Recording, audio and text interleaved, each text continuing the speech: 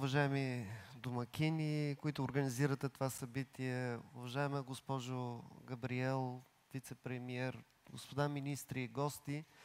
Действително, следвайки думите на господин Захов, на нас не ни е скучно, имаме доста работа.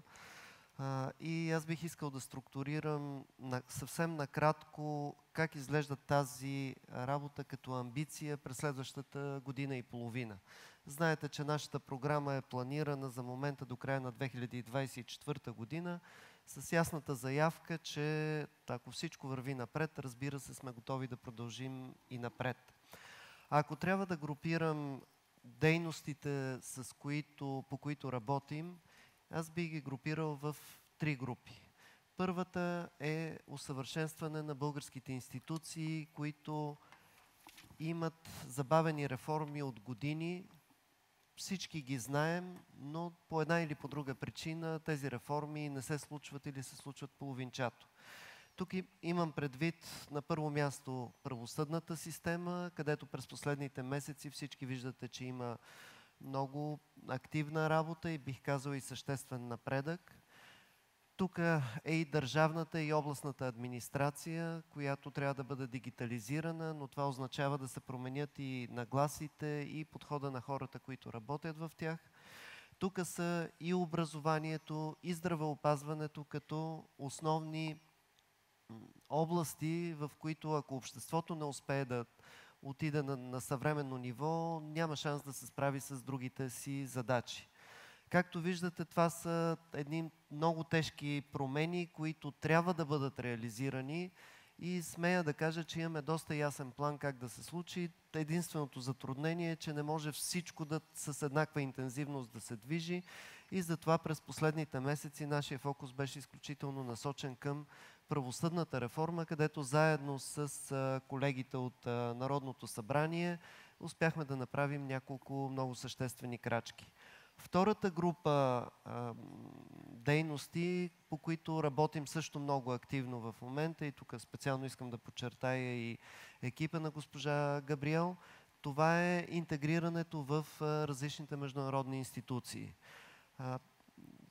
Често става дума за нашето желание и амбиции да се включим максимално бързо в Шенген, но тук много важна и по отношение на бизнеса и нашата амбиция да влезем в еврозоната и много активно по тази тема работи и Министерство на финансите с министъра на финансите Асен Василев, но това, което по-малко се чува, също се работи много сериозно, това е амбицията отново в кратки срокове да влезем в Организацията за икономическо сътрудничество и развитие. Само да подчертая, че преди 10 дни министър Василев участва в среща на високо ниво, на която бяха разгледани държавите кандидати. Те са група от 4 държави и също има съществен напредък, така че наред с Шенген, еврозоната, имаме напредък и по отношение на Организацията за икономическо сътрудничество и развитие, но също така и с някои от структурите на Организацията на Обединените нации. Отново знаете, че България беше приета за член на Съвета по правата на човека. Отново това е едно много сериозно усилие, което се увенча с успех. При това с гласуване, с подкрепа от 160 държави в Организацията на Обединените нации. Това е действително постижение, за което трябва да поздравим екипа, който работи по него. Министъра на околната среда и водите, виждам, работи по интегриране на България в различни структури, свързани с организацията на форуми, свързани с зеления преход, но също така и с възстановяването на Украйна. Отново изграждаме този авторитет, от който се нуждае България, за да бъде припозната като надежден партньор в тези международни организации. И третата група дейности, което е много тясно свързана с първите две, но все пак е различна по характер. Това е модернизацията на българската икономика.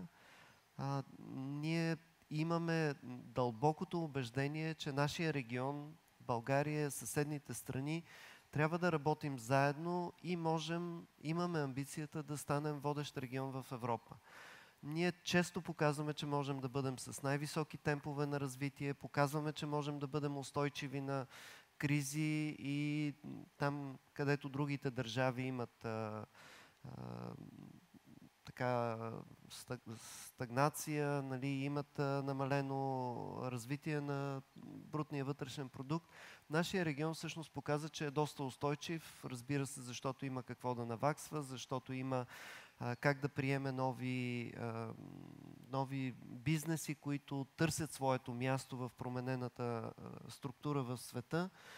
Но смятаме, че този потенциал може да бъде много по-висок и за това от една страна трябва да развием и нашите институции, трябва да увеличим доверието в международен план, защото инвеститорите се интересуват от това. Трябва да стабилизираме политическата система, защото всички инвеститори в момента казват, че ако няма политическа стабилност, това за тях е проблем. Но също така трябва да си поставим и високата амбиция на базата на добро образование, добра среда за живот, ние да осъществим преход, който не просто да затвори някакви изощаващи вече производства от тенденциите в света, а по най-амбициозния начин ние да се включим в развитието на най-трудните в момента, най-съвременните производства от типа на автономните коли, космическите технологии, биотехнологиите. България има своите острови на постижение в тези области. Това, което ни трябва е тези острови да станат един стабилен континент, който заедно с съседните страни да покаже, че нашия регион има цялата основа по отношение на образование, наука, иновации, за да създаде изключително подходяща бизнес среда. Това е накратко по всяка от тази теми. Сигурно бих могъл да говоря по един час, но мисля, че това за момента е достатъчно.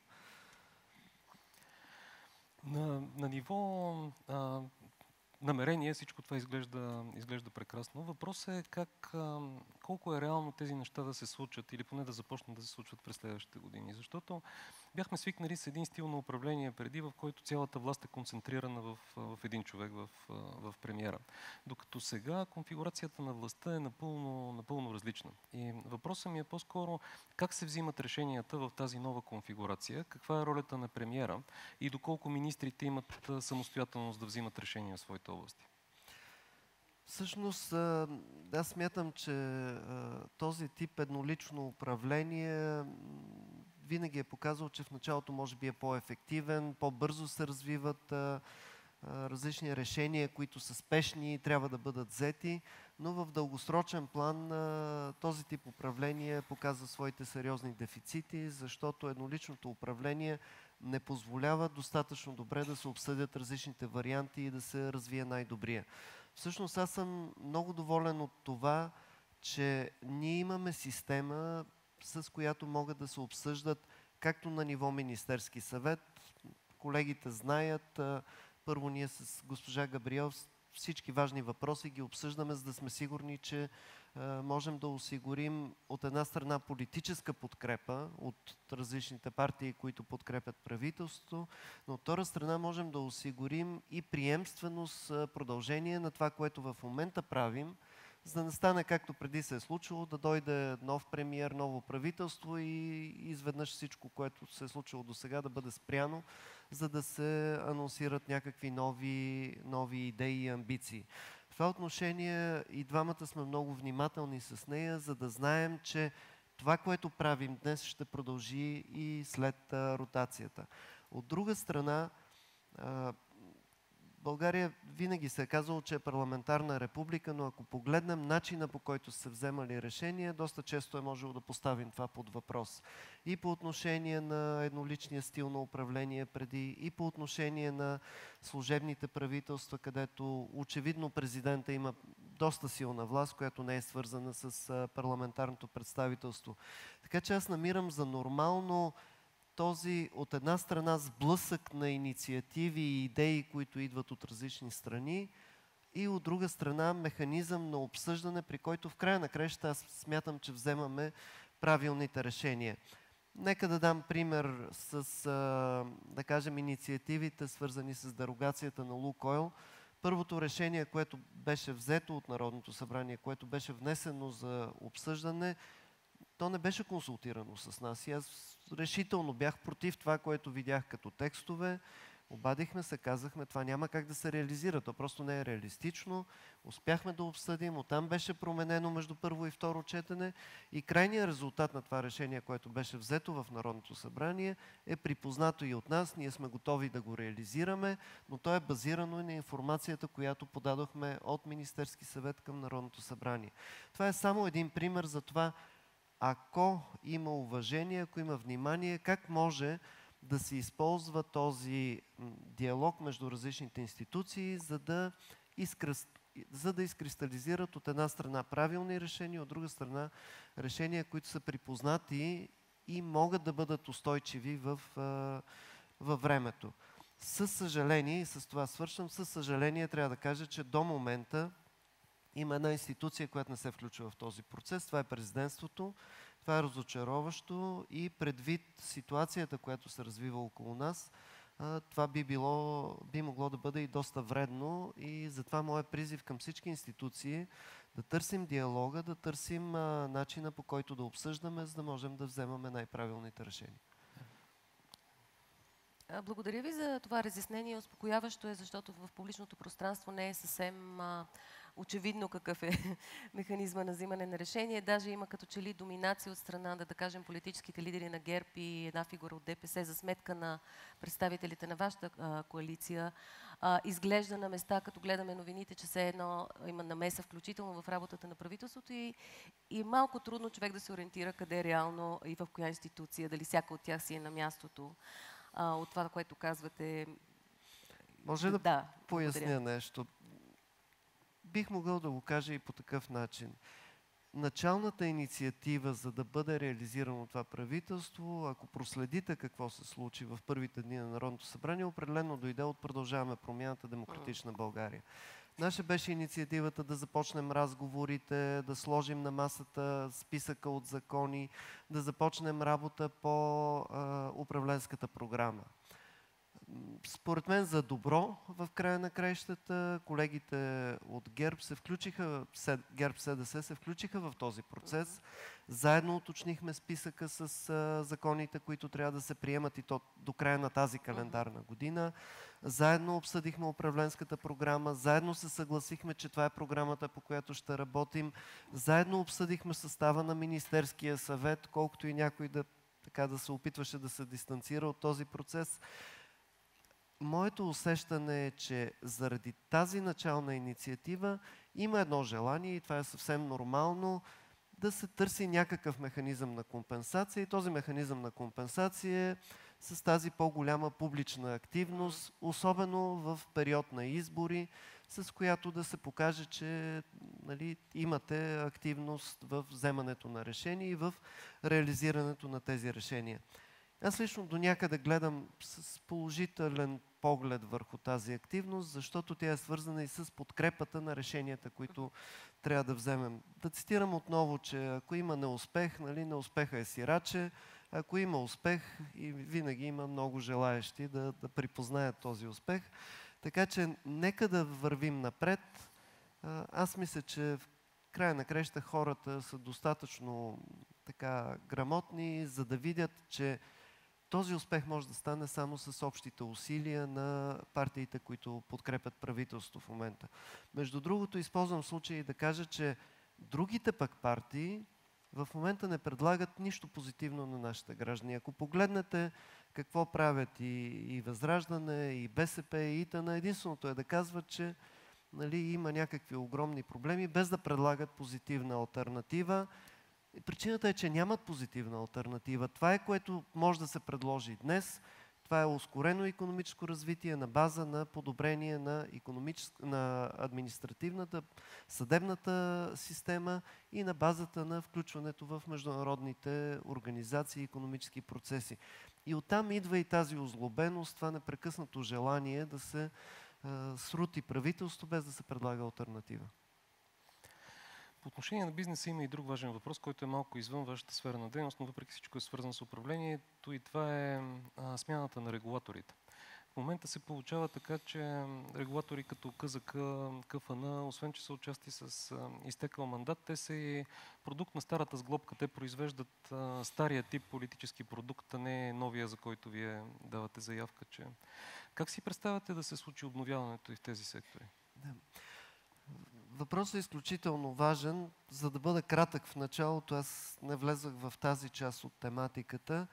Всичките осъзнаваме, че не е достатъчно само да сменим законите, да усъвършенстваме Конституцията по отношение на съдебната власт. Ключово е кои са хората, които ще влезат на съответните позиции, както във Висшия съдебен съвет, така и по отношение на главния прокурор, така и по отношение на регулаторите. Затова така бих казал, че всичките имаме леко притеснение този процес да не остане, този процес на обновление, да не остане само на хартия, както се е случвало преди, а да бъде изпълнен с истинско човешко съдържание, бих казал, с хора с експертни качества, морални качества, които са готови тези вменени им функции да ги изпълнят с съдържание, което да промени живота на хората в България. Това, което в момента е заложено, е от една страна да има различен процес на номиниране на такива хора, примерно по отношение на антикорупционната комисия. Изрично за първи път се създава на законова база такава номинационна комисия, която има за цел първо да е съставена от хора, които са извън парламента, с определен състав. Второ, тя е задължена да осигури прозрачна процедура, публична, с която да бъдат представени кандидатите, да бъдат изслушани, оценени, сложени с характеристики на базата на тази публична оценка и чак след това представени в Народното събрание, което има своите задължения да гласува. Така че с този тип процедури ние се опитваме да избегнем досегашните скрити механизми, чрез които на базата на партийни квоти се запълват съставите на регулаторите и те вече имат съвсем други връзки, зависимости, които нямат общо с експертните им задължения, имат по-скоро ангажименти към тези, които са ги назначили. Така че това е едната посока, която вече е заложена законово на някои места. И втората страна е, че се залага по-голямо мнозинство от 2/3. Това отново не е гаранция, но е така допълнително изискване да се потърси механизъм, който ние използвахме, когато така подготвяхме правителството, който показва, че трябва да се намери съгласие от много по-широк кръг от политически лица, за да бъде назначен човек, отколкото да се мине на досегашния принцип. Вие имате тази квота, вие тази и всеки се съгласява на другия. Нали, това е, което създаваше проблеми през годините, защото това директно означаваше, че вие сте квота на еди кого си. В момента с изискването да има квалифицирано мнозинство в регулаторите, в антикорупционната комисия, се изисква да има общо съгласие, че тези хора ще могат да свършат работа и те са представители общо на водещата политическа насока, а не на една или друга конкретна партия. Това е, което в момента имаме като механизми допълнително заложени, за да можем да включим хора, които са с високи експертни качества и с съответните морални устои, за да свършат работа. Но реално се получава такъв парадокс, че при избиране с такова мнозинство при сегашната конфигурация в парламента практически всички кандидатури трябва да бъдат одобрявани от ДПС. И така се стига до много парадоксална ситуация санкционирани лица за корупция по Магнитски да одобряват членовете на комисията по корупцията. За това търсим и тези механизми, които да позволят от една страна да бъде публично, от друга страна никой да не може самостоятелно да одобри съответните хора. Тоест, вие казвате, да, едни такива хора ще одобрят, но трябва да одобрят и другите. Така че това е механизъм, при който ако някой не става, образно казано, той няма да бъде одобрен, защото никой, примерно от Продължаваме промяната, не може да си заложи името, че този човек ще свърши работа. Това е механизъм, така работи демокрацията. Иначе другия начин е еднолично някой да решава. Виждали сме резултата, не бихме искали да попадаме там. Сега съм малко раздвоена, защото имаме вече много въпроси от залата, също така ние имаме още. Единствено бих попитала все пак, доколкото тези заявки за реформи са много амбициозни, всъщност надхвърлят някакси като че ли и нашите очаквания, защото всички подходихме към това правителство с мисълта, че едва ли не то ще е за кратко. А може би няма да е. Какво може да кажем тук на представителите на бизнеса в залата? Какво е вашето очакване за така устойчивостта на тази сглобка и правителство? И във връзка с това, как очаквате да премине не случвалата се досега ротация, заложена в схемата? Моето усещане, и мисля, че то се споделя от по-голямата част от колегите ми, които са въвлечени в този процес, е, че докато правителството успява да предостави резултати пред обществото, пред политическите ни партньори, то всъщност ще бъде изпълнено със смисъл и ще бъде устойчиво. Истината е, че никой от нас не знаеше как ще потръгне правителство, никой от нас нямаше пълната увереност, че задачите, които сме си поставили, ще успеем да ги изпълняваме.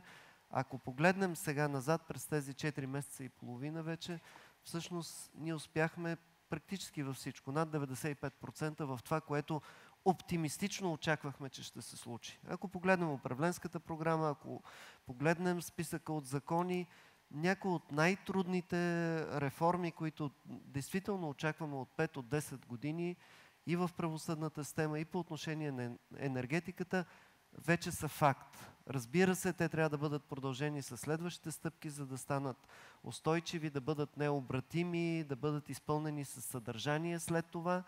Но е факт, че отлагани решения, защото са трудни, защото са чувствителни, въпреки така опитите за политически удари, реални политически удари, които получихме заради тях, ние успяхме да ги реализираме.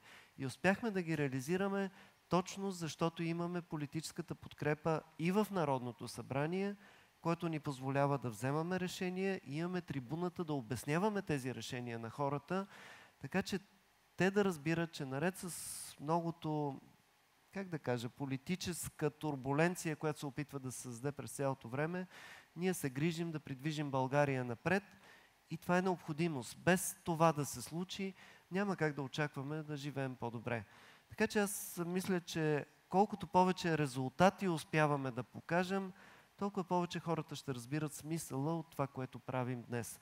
Ако се отклоним, ако престанем да даваме резултати, ако се окаже, че почваме да даваме фалшиви резултати, което не се е случило до сега, тогава това правителство ще се обезмисли и аз лично не бих виждал смисъл да стоя в него.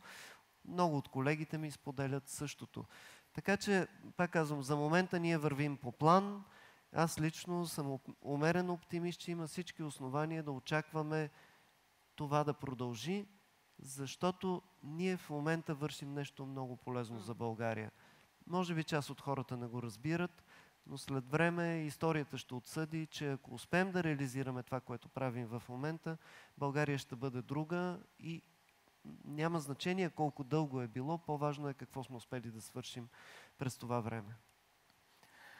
Един въпрос от залата, който сигурен съм ще се задава и на останалите гости. Колко е реалистично България да влезе в еврозоната 1 януари 2025 година? И всъщност доста е реалистично. Няма гаранции, разбира се, но това, което обсъждаме и с Европейската централна банка, и министъра на финансите с другите министри на събиранията ЕКОФИН, е, че от една страна България има изключително добра, стабилна финансова, фискална ситуация. Ние сме вторите по отношение на най-ниския дълг, по отношение на брутния вътрешен продукт и той действително е нисък. В момента около 22%, намалява през последните години, като се изключи само ковидната 2020 година. Това е забележително постижение, имайки предвид каква е ситуацията в развити държави, като Германия, Франция, Съединените щати, които действително са много далече от нашите стабилни позиции. През цялото време успяваме да запазим 3% дефицит и няма никакви индикации, че ние ще загубим контрол върху този дефицит. И нещо, което така напоследък го казвам в разговори с различни финансови институции, и то среща разбиране. Има едно вътрешно логическо противоречие между изискването за конвергенция, което означава повишаване на доходите, а това означава повишаване и на цените, т.е. по-висока инфлация, и изискването за ниска инфлация като един от маастрихтските критерии. Тези две изисквания има някакво вътрешно противоречие и аз знам, че това до някъде е осъзнато. Има варианти да се оцени, че при нас до голяма степен инфлацията е привлечена отвънка, защото цените на енергията, цените на храните до голяма степен зависят от международните пазари и има разбиране, че това не е изцяло в ръцете на българското правителство. От друга страна, виждате, че инфлацията се успокоява, тъй като тя си има своите закономерности, така да се каже. И отново аз съм умерен оптимист, че ако няма значително ескалиране на конфликта в Близкия изток, всъщност инфлацията ще продължи да пада в България и съответно ние имаме всички шансове, когато се подготвя конвергентния доклад, а това ще бъде февруари, март, април 2024 година, ние да имаме един доста добър доклад, ако вървим по пътя, по който вървим в момента. Така че да, това е напълно реалистично. Друг въпрос от хората в залата, който гледам, че е събрал и най-много харесвания. Той е свързан до някъде и с бюджетния дефицит и приходите в бюджета, може би. Това е за таксата за пренос на руски газ, която се налага. Каква беше причината това да се случи? Колегите ми от Капитал дадоха две възможни обяснения вчера в текста, който направихме. Едното беше стремеж да се увеличат приходите в бюджета, а другото беше да се използва това като инструмент за натиск върху Австрия, докъдето достига една част от руския газ, така че тя да стане по-склонна при преговорите за Шенген. Къде седи истината и какви рискове създава това нещо? Ако трябва да предложа една причина, защото не е една, те са няколко в комбинация, всъщност тя е различна. Ако погледнем това, което се случва, е, че Русия успява да предлага на държави като Унгария и Сърбия най-вече по-евтин руски газ в сравнение с течния газ, с който работят другите държави, като това е и средство за въздействие върху тях. Не е случайно, че България беше една от първите държави, на които беше спрян газа от Газпром. Нека отново да кажем ясно, Газпром спря газа на България, не България да се отказала от него. Именно защото Газпром иска да използва енергоносителите като средство за натиск върху различните държави, включително и европейските. Това, което се случи през последната една година е, че Газпром успя да издейства различните дерогации за нефт от една страна, за газ, в опит за въздействие върху политиките на определени държави. Създавайки, между другото, и нелоялна конкуренция по отношение на цената на газа, който би могла да предложи в тези държави. Нека да обърна внимание, че когато видяхме какъв договор е сключило служебното правителство с Боташ, се видя, че там има съответна такса. Тя е свързана с регазификацията, с осигуряването на газа към България и това са реални разходи, които трябва да бъдат направени. Сега по нашата оценка, експертна оценка, цената е по-висока, отколкото би трябвало да бъде, но така или иначе има своята икономическа логика, защо има такива такси. Докато Русия се възползва от това, че има достъп до тръбите и съответно пуска газ без съответните такси, което създава нелоялна конкуренция, бих казал, спрямо наличните други източници на газ. Така че с тази такса от една страна ние връщаме конкуренцията на пазара и ние очакваме не да се повишат цените в Сърбия и в Унгария, както беше първата реакция, а всъщност да намалим печалбите на Газпром, защото това е логиката, която следва от договорите, които са сключени, да намалим печалбата на Газпром, да намалим средствата, които влизат в държавния бюджет на Русия, за да води войната, и от друга страна създаваме и реална конкуренция с другите източници на газ, така че да могат да се конкурират втечнения газ спрямо тръбния газ, който влиза от Русия. Благодаря ви за това разяснение. Аз предполагам, че по тази тема в следващите няколко дни повече ще се говори доста още, така че няма да задълбавам сега. Ще използвам да задам един от въпроса, който получи тук най-много подкрепа да бъде зададен в залата, а именно реформите, които изредихте, са невъзможни без високо качество на образованието. Това е вашия домейн. И чакайте, че сега се размести. Защо продължава да не се случва истинска реформа в този сектор? Така е зададен въпросът. Ако мога да отговоря много кратко, защото навсякъде, където има нужда от сериозна реформа, има огромна съпротива.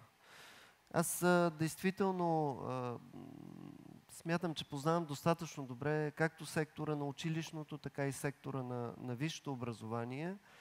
И има няколко реформи, които задължително трябва да се случат, ако искаме да имаме качествено подобряване в тази схема.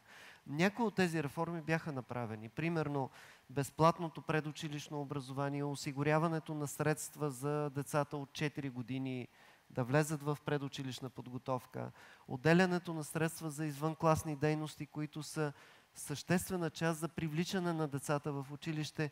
Тези по-безболезнени реформи се случиха. Или пък дигитализацията, също там имаме съществен напредък. Но за да имаме качествена промяна, има още няколко неща, които трябва да се случат. За съжаление, към тях има така съпротива и синдикална, бих казал и част от съпротивата е заради политическото съперничество, съревнование с някои от политическите сили. Така че аз имам амбицията отново да се върнем на тези въпроси, отново да се каже ясно, че ако не направим първо, второ, трето, няма как да очакваме качествена промяна и съответно да получим и политическа, бих казал и синдикална подкрепа, тези промени да се случат. Те са ясни, просто ни трябва, може би, още по-добра комуникация и малко време, за да получим обществената подкрепа и съответно да ги реализираме. Истината е, че образованието в света в момента се променя изключително бързо и България напредва, но напредва много по-бавно, отколкото това, което се случва около нас. Затова просто трябва да ускорим промените и ще успеем. Дано да имате време. Тук виждам силата на тълпата. Да, един последен въпрос. Този въпрос печели 13 гласувания. Задавам го и ще е последен. Как ще осигурите прозрачността при раздаването на средствата за едрия бизнес по плана за възстановяване и устойчивост и териториалните планове за справедлив преход? Всъщност много е просто. Аз веднага бих подчертал, че цялата тази медийна истерия, която се получи, е свързана с изборите, желанието на някои политически сили в определени градове да си вдигнат рейтинга. Всъщност това са европейски средства, те имат много строги правила.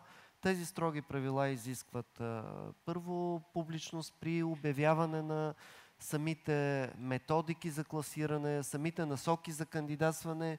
И ние даже не сме стигнали до там, за да обясним как ще се кандидатства, какви ще бъдат правилата за финансиране и съфинансиране.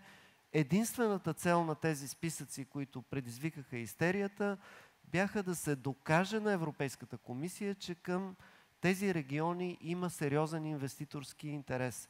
И резултатът е фантастично добър, ако мога да използвам така по-разчупен израз. Само за няколко седмици в средата на лятото стана ясно, че има многомилиарден интерес от инвеститори да влезат в тези региони. Аз имам възможност да говоря с различни потенциални големи инвеститори и на всичките обяснявам, че региона на Стара Загора може да стане водещия регион в целия Балкански полуостров по отношение на икономическо и индустриално развитие. Може много успешно да се конкурира с Пловдив, да не говорим, че двата заедно с Бургас могат да направят един комплекс, който да е действително водещ в Балканския регион, защото има всички предпоставки за това. Енергийни свързаност, която е уникална, инженери, работна ръка, която ще търси своето развитие през следващите години, университет, професионални гимназии, всичко е на лице този регион да стане един от най-добрите на Балканския полуостров. И ще работим за това, въпреки притесненията, съпротивата от хора, които търсят политически или синдикални дивиденти, вместо да се грижат за развитието на регионите.